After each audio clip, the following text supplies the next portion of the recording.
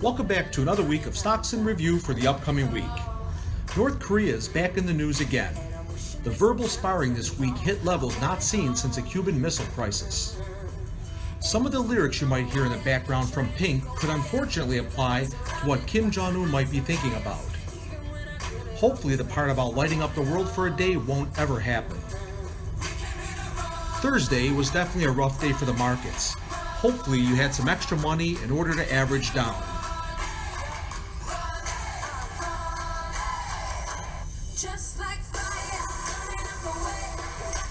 Our special topic for the week is marijuana stocks and the billionaires that invest in them. If you've watched much news this week, you might want to do more than just invest in marijuana stocks. On watch this week, I have Houston American Energy, Aurinia Pharmaceuticals, and Nvidia. Last week, Houston American shares jumped by 30% because of positive news with its well in Reeves County, Texas. Its first meaningful well in the country. They also began investing in the Permian Basin and elsewhere. So this quarter should be more than profitable. At Aurinia, who reported earnings yesterday, they had a second quarter loss lower than what Wall Street expected, just 3 cents a share versus 13 cents. Revenues were 6 times higher than analysts expected. At Nvidia, quarterly revenue rose a staggering 56% and their net income more than doubled to $583 million, up from $261 million a year earlier.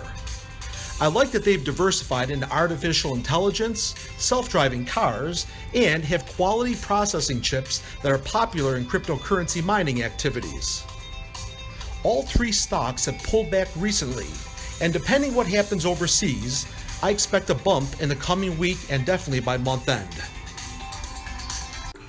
In cryptocurrency news this week, a new index fund called the CAM Crypto 30 will allow you to invest in the top 30 alternative currencies ranked by market capitalization. It's similar to how the Russell 2000 is set up for measuring the performance of 2,000 small cap companies.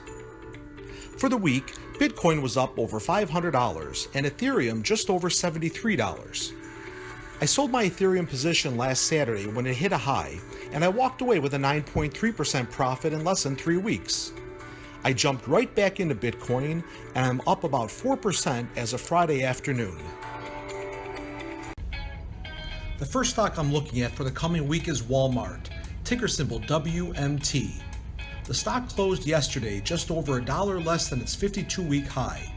Walmart is part of what analysts refer to as the Big Six retailers, the others consisting of Amazon, Kroger, Home Depot, Lowe's, and Costco. There's been no let-up in sales for members of this exclusive group. I like the current charts, except for the last couple of days, of course, and volume levels have been quite respectable this summer.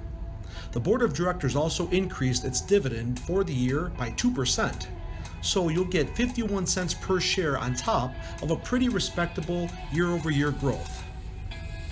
With back-to-school shopping and holidays around the corner, I think even if you hold through the end of the year, you'll do just fine here. They report earnings August 17th before the bell.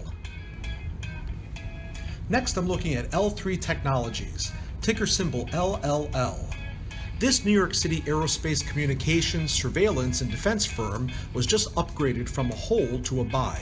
And no matter how you look at it, short or long-term charts on this one, it's a definite winner through the end of 2018.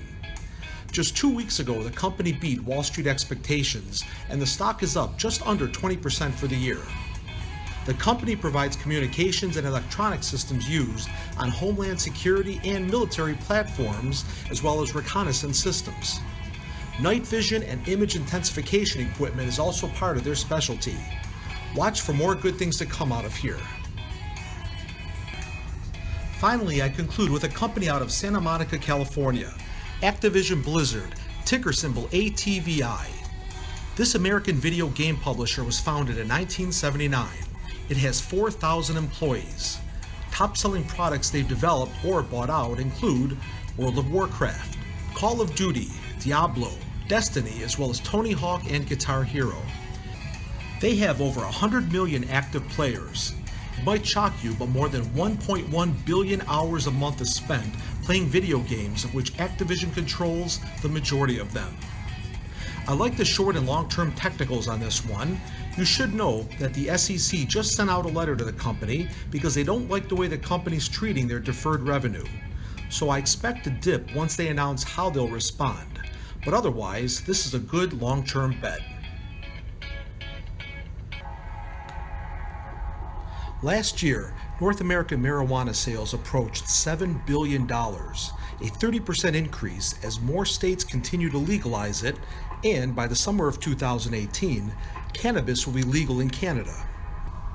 Right now, more than 29 states legalize it, whether it's for medicinal purposes or recreationally. In 4 years, legal sales will top $20 billion. Rapper Snoop Dogg partnered with Canopy Growth Corporation late last year, and the stock price has climbed significantly.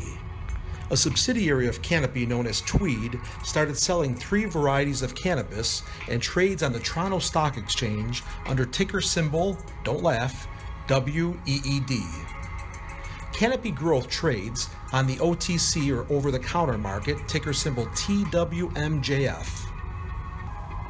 Aphria Incorporated, ticker symbol APHQF, has a market capitalization of over $640 million and trades under $5 a share. Tokyo Smoke is working with Aphria to provide 4 cannabis strains within 2 weeks to patients who have a valid prescription. Tokyo Smoke will expand into the U.S. market later this year.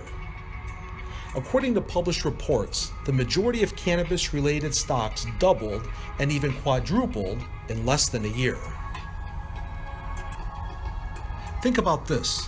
When you suddenly legalize a product like marijuana that has a huge underground market, you create billionaires overnight.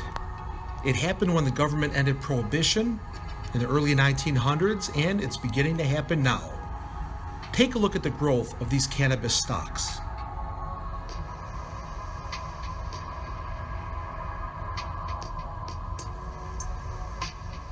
Just over 2 years ago, the billionaire co-founder of PayPal, Peter Thiel, invested millions of dollars into a venture capital firm.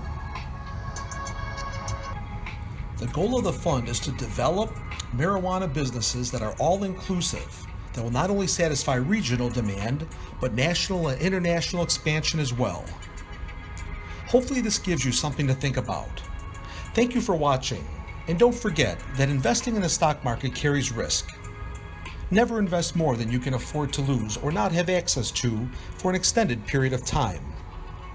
If you enjoy our videos, we appreciate if you could click subscribe and like before you leave. Have a great week.